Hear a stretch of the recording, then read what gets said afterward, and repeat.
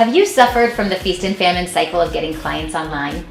Maybe you have 3 clients one month and then none the next, or maybe you haven't signed your first client just yet and you're wondering how to do it, not just once, but consistently. What's up? I'm Meliss and welcome back to the channel. I'm here with the info you need to get the results you want, because today I'm about to share with you my 6 steps to getting your foolproof sales process in place so you can sign clients online consistently and stop wondering where your next client is going to come from.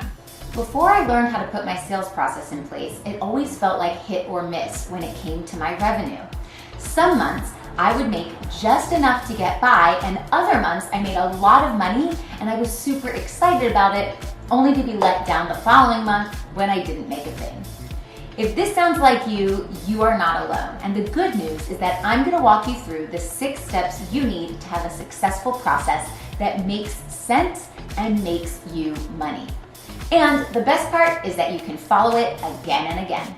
And when you stay until the end, I'm gonna tell you how you can get a free copy of my book called Your Step-by-Step Guide to an Abundance of Aligned Clients and Consistent Income Finally.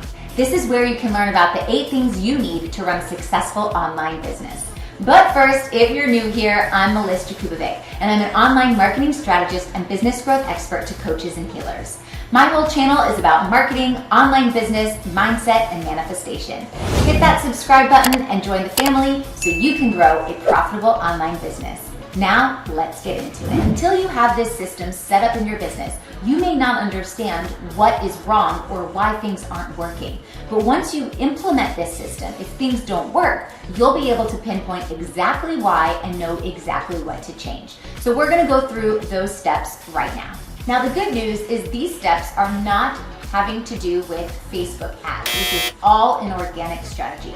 And step 1 is called prospecting. Now, this is where you identify who your potential clients are. Again, getting really clear on your target market and doing that target market research that you need. That's gonna help you know who you're actually looking for.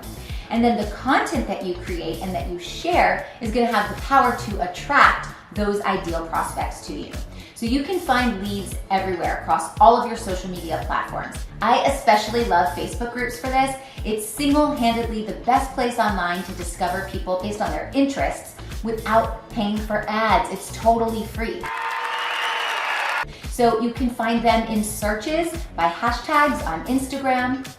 You can use the Sales Navigator inside of LinkedIn.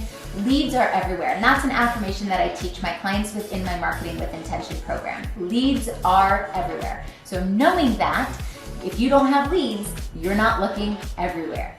If you attend a virtual or an in-person networking event, prospecting would involve following up with these people that you met, either an email or giving them a phone call, switching business cards, something like that. You want to connect with them. You can do that on social media as well. Now, referrals are another type of prospecting, and you can do this through word of mouth, which is really powerful. I offer my current clients some major perks for connecting me to other people that they think I can help. Now, the only thing with referrals are if you're only utilizing referrals, then you're relying on someone else to bring business into your company instead of you going out and finding the right people. So I highly recommend you prospect in all of these places.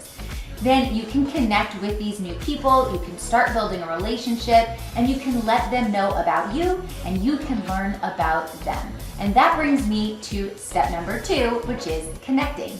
Now, before you start reaching out to people online, I want you to notice that this process calls for relationship building.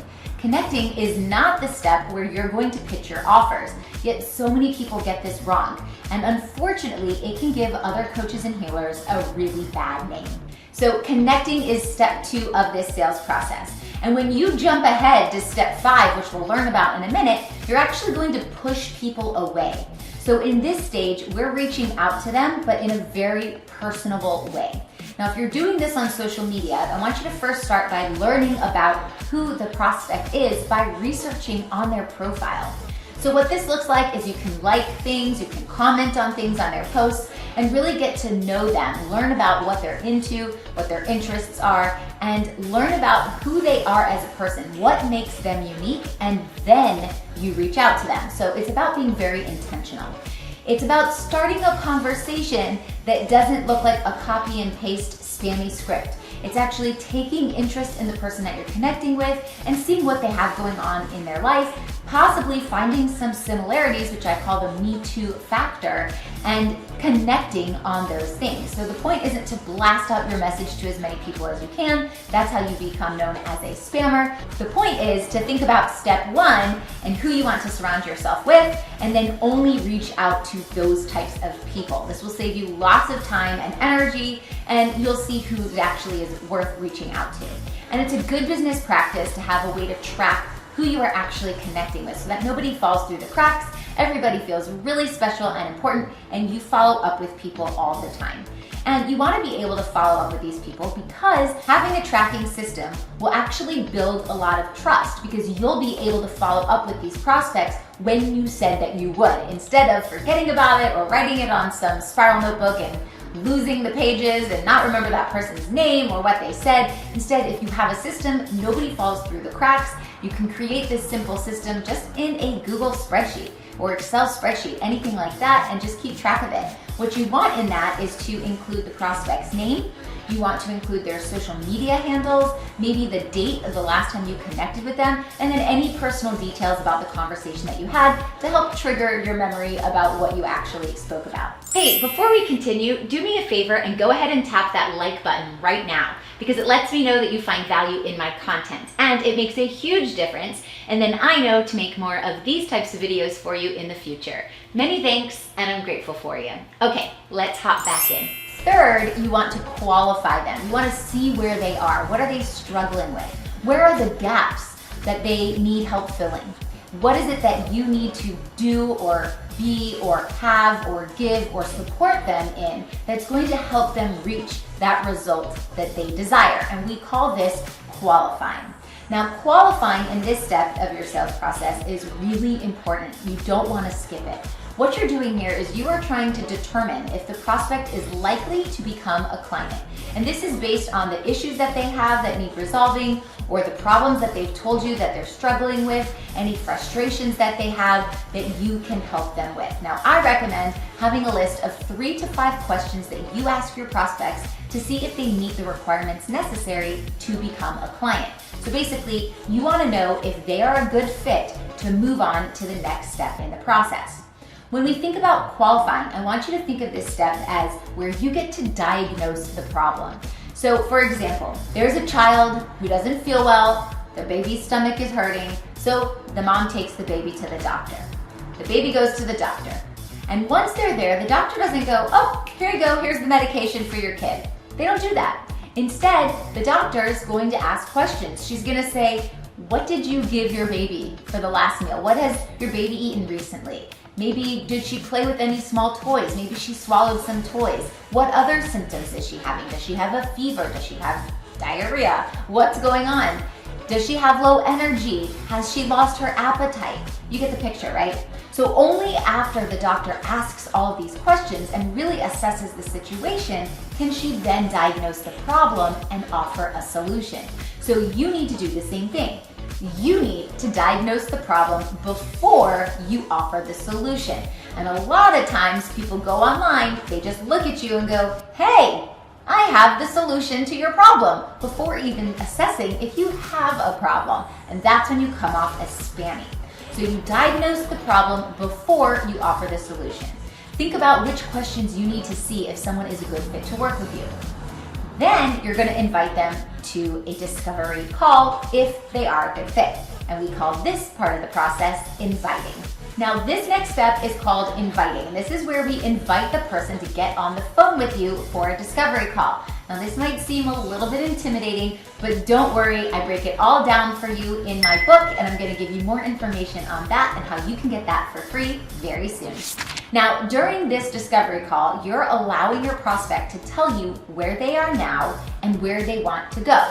That gap between where they are now and where they want to go is where you fit in with your signature offer. You essentially create the solution for them. So on the call, you're gonna present this offer to them, of course, only if it feels like a good fit, and you're gonna make them feel really comfortable. You're gonna empower them to make a decision that is right for them. It's not about getting on the call and pressuring them to buy. That doesn't serve anyone well. You only wanna help the people you know you can help, and you only wanna tell the people that you know you can help that you can help them if you truly believe that you can. Your job is to give them all the information they need to empower them to make a good decision for themselves by answering all of the questions that may come up on that conversation, and of course, overcoming all of the objections that surely will come up, because that is a natural part of the sales process. And that leads us to the next step, which is called pitching. Now, some people hear the word pitch, to pitch your offer, and they totally freeze up and they feel like, oh, I can't do it, I don't like to sell, nope, not for me. Now, the only time pitching has a really negative connotation is when it's done out of order. So if you're following this process nicely, it's a natural progression and it feels really good for both you and the person who might potentially buy your program. But if you jump out of order and you pitch too soon, that's when it comes off as sleazy or salesy, and people don't want to do business with you. Okay, so let's say you're following this process seamlessly and it's time to pitch your offer.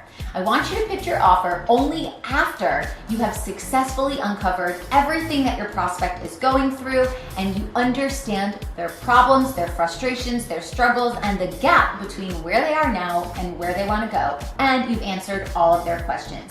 And I only recommend pitching after you have asked permission to do so and you know that it is a good fit. This will allow you to lead with a high level of integrity, knowing that you only offer your services to those you know you can help, and once you receive their consent. Consent is always in style. If you force your program on anyone, they might eventually have buyer's remorse, and they may request a refund. But worse than that, you'll have signed on a client that isn't a great fit, meaning you probably won't be able to get them the results, and that is a reflection of you and your lack of service. So after having discussion with them and figuring out what that gap is, you could say something like, well, I think I have a clear understanding of what you're looking for, and I have a way of getting those results. Would you like me to walk you through what that would look like? Asking permission allows the other person to let you know that they do want to hear more. And when you follow this process exactly, you will have a qualified prospect on the other end of the phone with the problem that you solve, waiting to hear the solution. I've conducted thousands of discovery sessions in my business, and I have never heard someone say no to this question. Now, if you do hear the word no, you likely didn't qualify them enough, or you didn't clearly define your target market in step 1. This step is also where you'll want to make your prospect feel comfortable by answering all of the questions that they have, no matter how long it takes, and overcoming their objections. Now, the goal isn't to make a sale here, believe it or not. The goal is to empower them to have all the information they need to make a good decision. And I cannot stress this enough. If you are thinking to yourself, make a sale, make a sale, make a sale, that energy will come across as pushy and desperate. Instead, I want you to think to yourself, they need me more than I need them, and I am here to serve them best and answer any questions or hesitations that come up. When you lead with service, the money will follow. Finally, you close the deal and they become a client. We call this step closing. Now, after you've pitched your offer, it can go one of 4 ways. First, they have more questions or more objections that you need to cater to, and you never want to get off the call without having answered every question they have or making them feel most comfortable as possible. 2, they need to think about it, and this is very natural. Now, if they tell you they need to think about it, they need to talk it over with a spouse or a friend, or they need time to think it through, let them do that. There is nothing worse than pushy sales tactics to force someone into a sale. People who do this usually leave a bad taste in the prospect's mouth, and the client doesn't end up being a good fit anyways, as they resent the way that you handled the situation, and it leaves room for trouble later on down the road. Believe me. When you allow them to take the time that they need, you are being helpful. And before they get off the phone, I want you to find out how much time they actually need and then book that follow-up call with them while you're on the phone. Yes, right then, in that moment. I want you to ask them how much time they need to discuss it with their partner. And if they say they will speak to their partner that night, then you could book in that follow-up call the very next day. Try not to book the follow-up calls any later than 48 hours because then the chance of them closing goes down dramatically. Number 3, they are not interested in your offer or they decide it's not a good fit. Now this is okay too. So thank them for their time, ask them if there's anything else that you can do to help them, and wish them well. You may want to refer them to someone else in the industry that can help them better, or you can offer them some other resources that you may have that will help them on their way. Remember to lead with service. So don't take it personally if they don't purchase from you. You want to take the people who are dying to work with you. So congratulate yourself for following the process. Again, it's not about how many sales you make, but if you fall in love with the process, you will get back up, you will do it again. Every time you fall, you'll do it again and again, and eventually you will be a pro. You only get better with practice, so take it as a learning opportunity and move on carefree. And the 4th option of what can happen is they say yes, and you have a new client, so congratulations. And those are the steps in how to have a seamless sales process that you can use again and again and again. Now, what I covered here is just the tip of the iceberg. I go into this in great detail in my book, Your Step-by-Step Guide to an Abundance of Aligned Clients and Consistent Income Finally. This is where you can learn about the 8 things you need to run a successful online business, and the best part is it's totally free for you just because you stayed here until the end of this video. So just look down below in the description and click the link to get a copy of my book for free by requesting access to my free community called Spiritual Women Entrepreneurs. You're going to answer the 3 questions and we'll send the book right over to you. And then go ahead and click this next video about how to build authentic relationships online so you don't sound spammy or salesy.